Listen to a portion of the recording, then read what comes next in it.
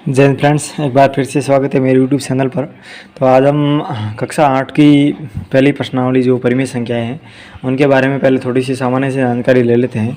उसके बाद उसके जितने भी प्रश्न हैं उनको हल करने का प्रयास करेंगे। तो सबसे पहले आपको सामान्य जानकारी के लिए बता दूं कि प्राकृत संख्या क्या होती है। हमने नंबर सिस्टम यानी कि संख्या पद्धति के अंतर्गत मुख्य रूप से 3-4 संख्याओं के बारे में पढ़ना होता है। वैसे तो संख्या 15-16 के बारे में पढ़ना होता है, लेकिन मुख्य रूप से जो चीज़ें होती है उनके बारे में थोड़ा सा आपको बता दूं। प्राकृत संख्या यानी कि नेचुरल नंबर, ऐसी संख्याएं जिनसे हम गिनती करते हैं वो प्राकृत संख्या कहलाती है। और ये जो प्राकृत संख्या जो होती है वो आपकी 1 से शुरू होकर अनंत तक चलती है, यानी कि 1, 2, 3, 4, 5 से ऐसे अनंत तक जो संख्याएं चलती है वो प्राकृत संख्या होती है। इसके बाद एक आती है पूर्ण संख्या। तो पूर्ण संख्या किसे कहते हैं? तो पूर्ण संख्याओं के अंतर्गत हम उन संख्याओं की गिनती करते हैं जो 0 से शुरू होती है। यानी कि प्राकृत और पूर्ण में अंतर इतना ही है कि प्राकृत में 0 सम्मिलित नहीं होता है और पूर्ण संख्या में 0 सम्मिलित हो जाता है, और 0 से लेकर अनंत तक जो संख्याएं चलती है वो आपकी पूर्ण संख्याएं कहलाती है। इसके बाद पूर्णांक संख्याएं। तो पूर्णांक संख्याओं में क्या होता है कि पूर्णांक संख्याओं में माइनस वाली संख्या भी आपकी सम्मिलित हो जाती है, यानी कि 0 से इधर माइनस से अनंत तक संख्याएं चलती है और प्लस वाली भी इधर धनात्मक रूप में भी अनंत तक संख्याएं चलती है। इसके बाद एक आती है परिमेय संख्या, जो आपकी ये प्रश्नावली 1.1 है या फिर पहली प्रश्नावली है, वो परिमेय संख्याओं के बारे में भी है। तो परिमेय संख्याओं के बारे में जान लेते हैं। परिमेय संख्याओं में उन संख्याओं को, यानी कि हम सीधे रूप से कह सकते हैं बट्टे वाली संख्या भी सम्मिलित होती है। तो परिमेय संख्या में यानी कि भिन्न रूप में जो संख्याएं होती है उसे हम परिमेय संख्या एक रूप से कह सकते हैं। तो परिमेय संख्या को हम P/Q में व्यक्त करते हैं, जैसे पेज कहते हैं, जहाँ पर P और Q क्या होती है? पूर्णांक होती है। यानी कि P और Q माइनस में भी हो सकती है और प्लस में भी हो सकती है, लेकिन शर्त यह है कि Q बराबर कभी भी 0 नहीं होता है, यानी कि Q का मान कभी भी 0 नहीं होगा। बाकी P/Q का मान कुछ भी हो सकता है। इसके अलावा और संख्या पद्धति में आप पढ़ोगे आगे, यहाँ आपने सामान्य नाम भी सुना होगा सम संख्याएं, यानी कि जो 2 से विभाज्य होती है। विषम संख्याएं जो 2 से विभाज्य नहीं होती हैं। तो और भी संख्याएं होती है, जैसे आपकी भाज्य संख्या, अभाज्य संख्या, रामानुजन संख्या, उन सब के बारे में अभी आपको पढ़ने की ज़रूरत नहीं है। तो चलो सबसे पहले प्रश्नावली 1.1 का पहला प्रश्न पढ़ते हैं। उचित गुणधर्मों के उपयोग से निम्नलिखित का मान ज्ञात कीजिए। आपको सही गुणधर्म का प्रयोग करके इनका मान ज्ञात करना है। तो इनको हल करने के लिए हम इसको हल करते हैं। चलो पहला प्रश्न है -2/3 × 3/5 + 5/2 -3/5 × 1/6। तो इसको हल करने के लिए सबसे पहले हम जानते हैं कि इसमें पदों की संख्या कितनी है। अब पद क्या होता है? पद का अर्थ है कि इसमें कितनी जोड़ बाकी गुणा भाग है। तो आप देख सकते हो यहाँ पर -2/3 × 3/5, यानी कि एक पद तो ये होगा, यानी कि एक बार तो हमें क्या करना है? गुणा करना है। इसके बाद जोड़ है। जोड़ में सिर्फ आप जानते हो एक संख्या होती है, तो हमारा 2 पद बन गया, और अंतिम जो है वो आपका गुणा है, यानी कि इसमें पदों की संख्या कुल 3 है। अब पदों की संख्या 3 है तो सबसे पहले हमें इसमें एक नियम लगाना होता है क्रम विनेता, यानी कि ऐसी कौन आप यहाँ पर देख सकते हो, ये जो 3/5 है उसको 2 बार गुणा करना है। एक बार आप शुरुआती में देख सकते हो यहाँ पर 3/5 लिखे हुए, एक बार यहाँ पर और 3/5 लिखे हुए, यानी कि हमें गुणा करना है। तो इसके लिए हम इसे क्या करेंगे? सबसे पहले क्रम विनेता का नियम लगाएंगे, और क्रम विनेता का नियम लगाने के लिए क्या करेंगे? ये जो 3/5 है उसको क्या ले लेंगे? हम कॉमन ले लेंगे, यानी कि 3/5 को हम कॉमन फैक्टर के रूप में उपयोग में लेंगे। तो -3/5 को हम क्या ले लेंगे? यहाँ पर बाहर ले लेंगे, और उसके बाद यहाँ क्या बचा? इसमें से 3/5 ले लिया तो इस पे पीछे 3/2 बचा, और इस तरफ 1/6 बचा। इसको लिख लिया। इसके बाद हमारे पीछे क्या बचा है? सिर्फ 5/2 बचा है। तो यहाँ पर हमने क्या लगाया है? क्रम विनेता का नियम लगाया है। किस कारण?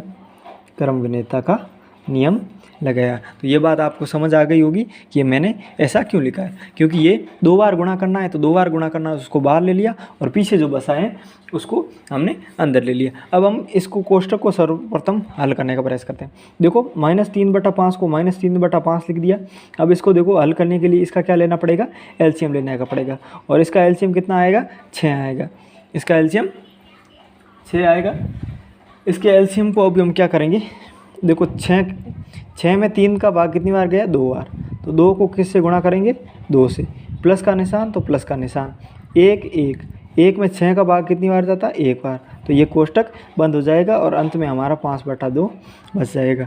अब हम इसको 3/5 को 3/5 ही लिखेंगे। ये 2 दूनी के 4 प्लस का 1/6 प्लस 5/2 ऐसा का ऐसा उतार लेंगे। अब हम यहाँ पर देख सकते हैं 3/5, ये कोष्टक खुलते ही यहाँ गुणे का निशान लग जाएगा और 5/6 हो जाएगा। और पीछे क्या बचा है, प्लस 5/2। यहाँ पर आप देख सकते हो 5 से क्या कट जाएगा, 5 कट जाएगा और 3 से कितनी बार कट जाएगा, 2 बार। तो ऊपर क्या बचा, माइनस का 1 और नीचे क्या बचा 2, और इसको इसमें जोड़ना क्या है, 5/2 आपको यहाँ पर जोड़ना है। तो यहाँ पर आप देख सकते हो इनका हमें सबसे पहले क्या लेना होगा, एलसीएम लेना होगा। एलसीएम कितना आएगा, 2 आएगा। 2 में 1 का भाग कितनी बार जाएगा, 1 बार। पीछे क्या बचा, 4। ये 1 किसका है, माइनस का है। इसके बाद 2 में 2 का भाग कितनी बार, 5। अब यहाँ पर आप देख सकते हो प्लस के 5 में से माइनस का 1 जाएगा, आपके पीछे कितना बचेगा, प्लस का 4, और नीचे के कितना बचेगा, /2। 4 में 2 का भाग 2 बार जाएगा और ये आपका आंसर हो जाएगा। एक बार वापस समझा देता हूँ।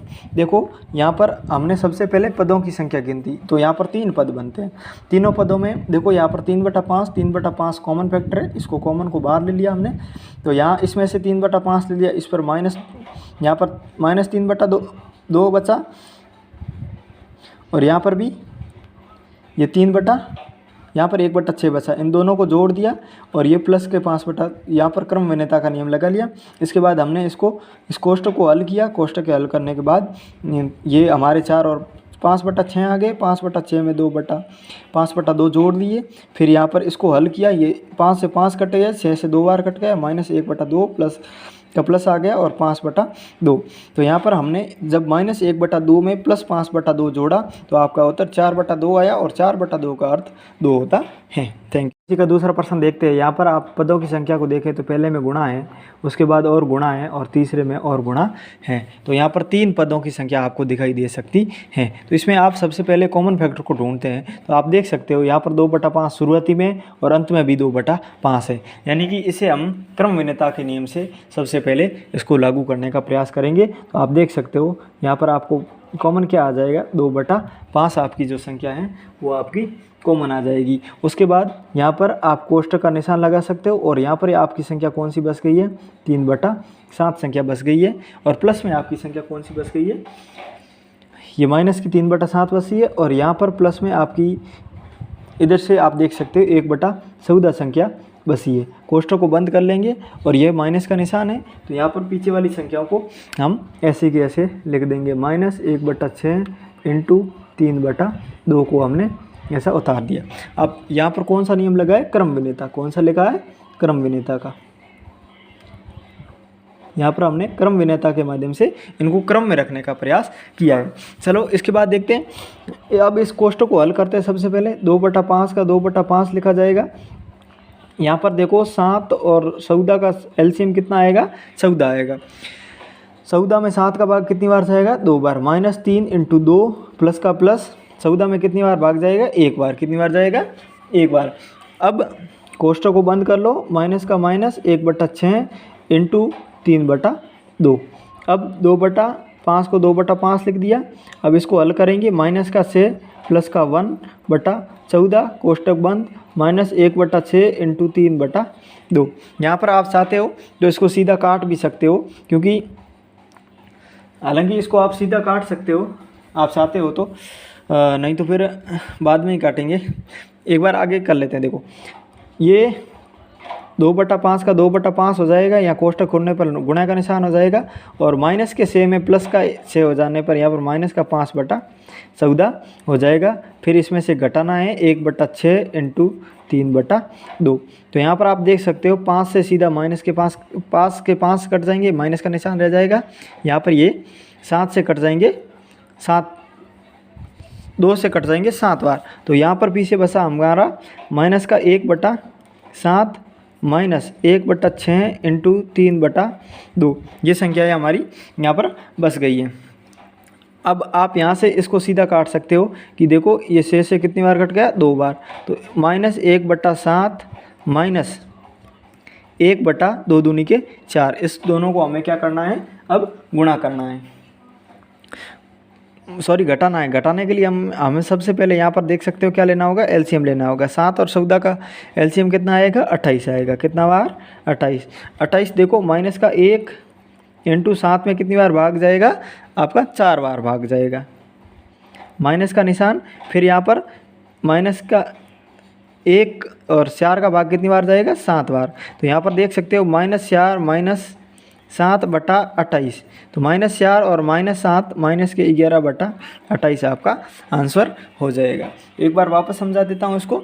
देखो सबसे पहले हमने यहाँ पर कॉमन फैक्टर की बात की, तो यहाँ पर 2/5 और 2/5 यहाँ पर भी है, तो इसको हमने 2/5 को बाहर ले लिया और 2/5 लेने पर यहाँ पर -3/7 बचा और यहाँ पर +1/14 बचा।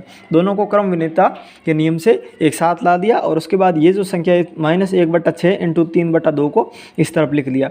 इसके बाद 2/5 के 2/5 रख लिया। यहाँ पर 7 और 14 का एलसीएम 14 आया। 14 में 7 का भाग 2 बार गया, तो -3 को 2 से गुणा किया और +1 का 14 में एक बार ही जाता है, तो एक बार लिख दिया। फिर ये -1/6 इंटू 3/2 को ऐसा का ऐसा उतार लिया। फिर यहाँ पर देख सकते हो 3 दूनी की 6 हो गया था और +1, यानी कि -6 और +1/14 ऐसे को इसको वापस ऐसा उतार दिया।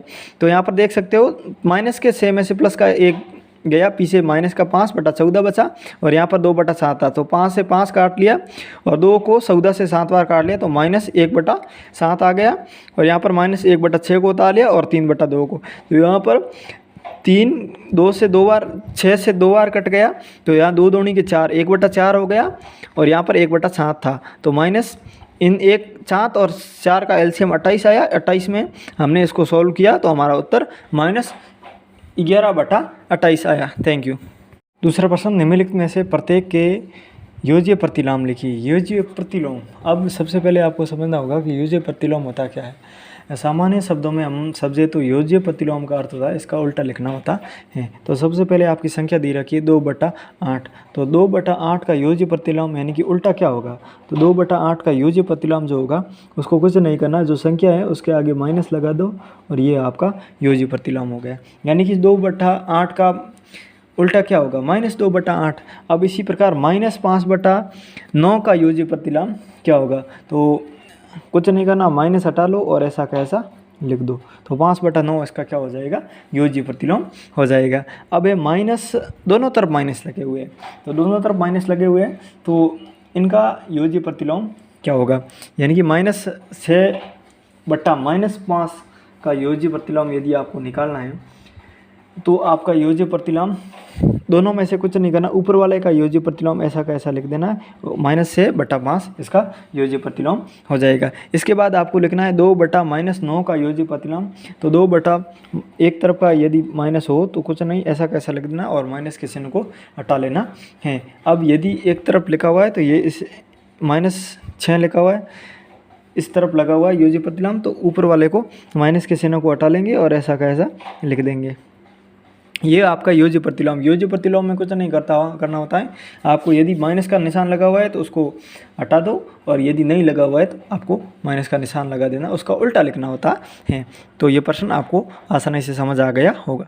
तीसरा प्रश्न है, पहला x का मान 11/5 दे रखा है, दूसरे x का मान -13/17 दे रखा है, तो इसको आपको सत्यापित करना है कि क्या ये माइनस कोष्टक -x बराबर x है या नहीं है। तो कुछ नहीं करना है, आपको जो पहली और दूसरी में जो संख्या दे रखी है उसमें ये जो आपको कोष्टक में मैं बना रहा हूँ उसका मान रखना है ऐसा कैसा। तो यहाँ पर पहले को आपको रखना है, सबसे पहले माइनस है तो माइनस को रख लेना है, कोष्टक तो कोष्टक माइनस, इनका मान क्या रख देना है, ये रख लेना है 11/5 रख लेना है।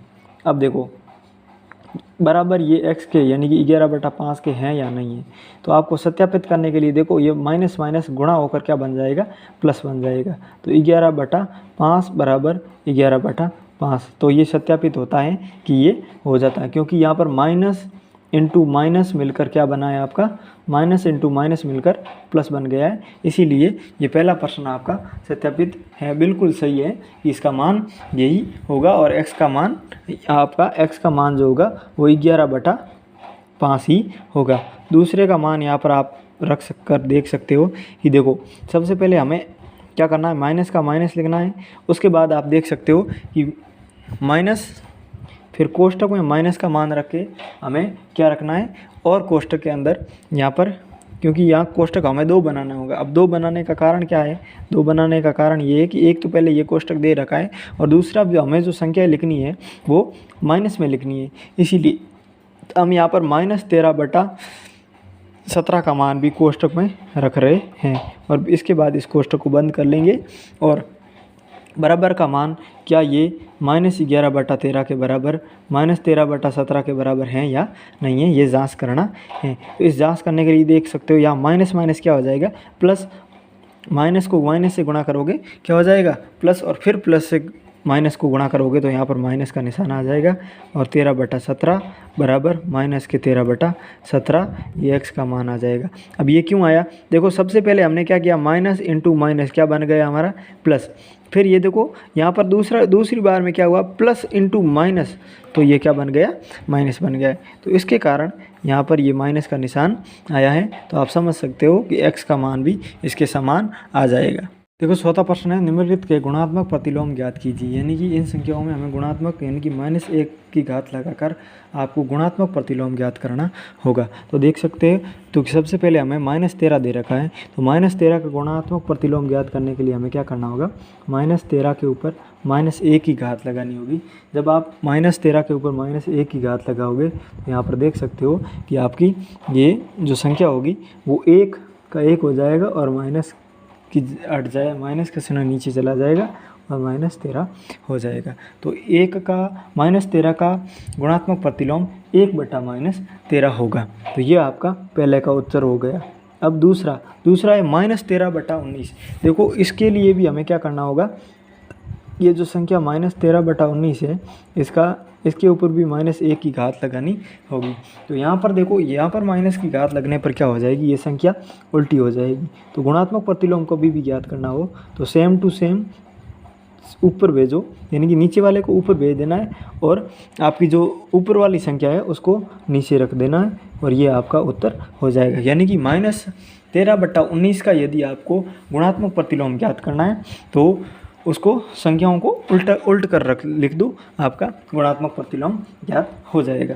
अब हम आगे वाली संख्याओं का गुणात्मक प्रतिलोम ज्ञात करते हैं। देखो 1/5, तो 1/5 के ऊपर जब हम -1 की घात लगाएंगे तो यहाँ पर देख सकते हो 5 क्या आ जाएगा, ऊपर आ जाएगा, और 1 नीचे आ जाएगा। तो यहाँ पर देख सकते हो 1 में 5 का भाग कितनी बार जाएगा, 5 बार। तो 1/5 का गुणात्मक प्रतिलोम आपका कितना होगा, 5 ही होगा। अब अगली संख्या जो देख सकते हो यहाँ पर दे दिया माइनस, यहाँ पर दो संख्याओं दे दी, तो कुछ नहीं, डरने की ज़रूरत नहीं है। सबसे पहले हमको इनको गुणा कर लेना। -5 इंटू -3 को गुणा करोगे तो माइनस माइनस प्लस हो जाएंगे, और 5 3 कितने हो जाएंगे, 15, और 8 और 7 को गुणा करोगे 7 58 के 56 हो जाएंगे। तो अब आपके पास संख्या क्या आ चुकी है कि 15/56 का आपको क्या करना है। अब इन संख्याओं का आपको गुणात्मक प्रतिलोम ज्ञात करना है, तो इसके ऊपर -1 की घात लगा दोगे, तो कुछ नहीं करना है, इसके संख्याओं को क्या करके लिख देना है, उलट कर लिख देना है। तो 56/15 इसका उत्तर हो जाएगा। एक बार इसको वापस समझा देता हूँ। कुछ नहीं किया हमने, -3 को -5 से गुणा किया, 5 3 15 हो गया, और माइनस माइनस प्लस हो गए, और 8 और 7 को गुणा करके 56 लिख दिया। ये सरल बन गया। अब इस सरल को हम गुणात्मक प्रतिलोम कैसे लिखते हैं, उल्टे संख्याओं को उल्ट कर लिख देते हैं। तो उलट कर लिखा तो ये हमारे पास ये संख्या आ गई। अब यहाँ पर यही संख्या है, किसी के नीचे कुछ नहीं हो, इसका मतलब यहाँ पर क्या है, नीचे 1 है बट्टे में। तो -1 को -2 से गुणा करोगे तो यहाँ पर क्या माइनस माइनस प्लस हो जाएंगे, और 1 दूनी के 2 हो जाएंगे, और 5 के 5 हो जाएंगे। अब इसका आप आसानी से गुणात्मक प्रतिलोम लिख सकते हो, और वो क्या हो जाएगा, 5/2। इसको भी उलट कर लिख दिया। अब अगली संख्या आपकी -1 है। अब -1 का गुणात्मक प्रतिलोम ज्ञात करने के लिए क्या करना होगा, -1 को -1 और -1 की घात लगानी होगी। तो -1 की घात लगाओगे तो यहाँ पर आप देख सकते हो कि आपका जो उत्तर है वो ऊपर माइनस माइनस प्लस होकर 1 हो जाएगा, और नीचे -1 हो जाएगा। तो -1 में -1 का आपका उत्तर कितना आ जाएगा, -1 आ जाएगा। तो ये आपके गुणात्मक प्रतिलोम में कुछ नहीं है, छिन कर आपको संख्याओं को उलट कर लिख देना है, और आपको योज्य प्रतिलोम में क्या करना होता, कुछ नहीं, छिन करके लिखने होते थे। अगला 5वां प्रश्न, निम्नलिखित में प्रत्येक गुणन के अंतर्गत उपयोग किए गए गुणन का गुणधर्म कौन सा है उसका पता लगाना है। तो देख सकते हो पहले -4/5 इंटू 1 बराबर 1 इंटू -4/5 बराबर -4/5 उत्तर आया है। तो ये तो आपका सीधा सा उत्तर बन सकता है। मैंने क्या बताया, जिसके नीचे कुछ नहीं हो उसके बटा 1 लगा दो। यहाँ पर -4 को 1 से गुणा करोगे -4/5 और -4/5 आपका सीधा उत्तर आ गया है। तो इसका मतलब इसमें कुछ भी चेंज नहीं किया गया है। तो इसमें कौन सा गुणधर्म लगाया गया है, तो गुणात्मक तत्सम। कौन सा लगाया गया है, गुणात्मक तत्सम। तो यहाँ पर आपका गुणात्मक तत्सम का प्रयोग किया गया, यानी कि जैसा था उसको वैसे के वैसे हल कर दिया है, गुणात्मक तत्समक। तो इस गुणधर्म का प्रयोग किया गया है। दूसरा देख सकते हो -13/17 इंटू -2/7 बराबर -2/7 इंटू -13/17। देखो इसमें आपको कुछ चीज़ें याद आई होगी। मैंने आपको जब पहला प्रश्न करवा रहा था उस समय आपको एक क्रम विनेता का नियम बताया था, जिसमें क्या करना होता है, यदि दो संख्याएं एक साथ साथ आई हुई तो उसको क्या है, क्रम विनेता का नियम कहा जाता है। और उसको हम सब कोष्टक में जो सामान्य संख्या होती है उनको लिखकर उसमें लाइन से लिखते हैं। तो यहाँ पर आप देख सकते हो -13/17 -13/17 -2/7 2/7, यानी कि इसमें कौन सा नियम लग रहा है, क्रम विनेता का नियम लग रहा है, क्योंकि यहाँ पर दो संख्याएँ समान आ रही हैं। तो यहाँ पर आपका क्रम विनेता का नियम लगा है। कौन सा लगा है, क्रम विनेमयता, गुणात्मक क्रम विनेता का नियम लगा है। तो यहाँ पर आपको गुणन की क्रम विनेता का नियम लगा है। अब अगली संख्या आप देख सकते हो -19। यहाँ पर आप सीधा देख सकते हो 19 से 19 कट रहा है और ये इसे कटकर 1 उत्तर आ रहा है, यानी कि यहाँ पर आपका गुणात्मक प्रतिलोम का नियम लग रहा है। तो यहाँ पर आप लिख सकते हो कि यहाँ पर आपका गुणात्मक प्रतिलोम का नियम लग रहा है।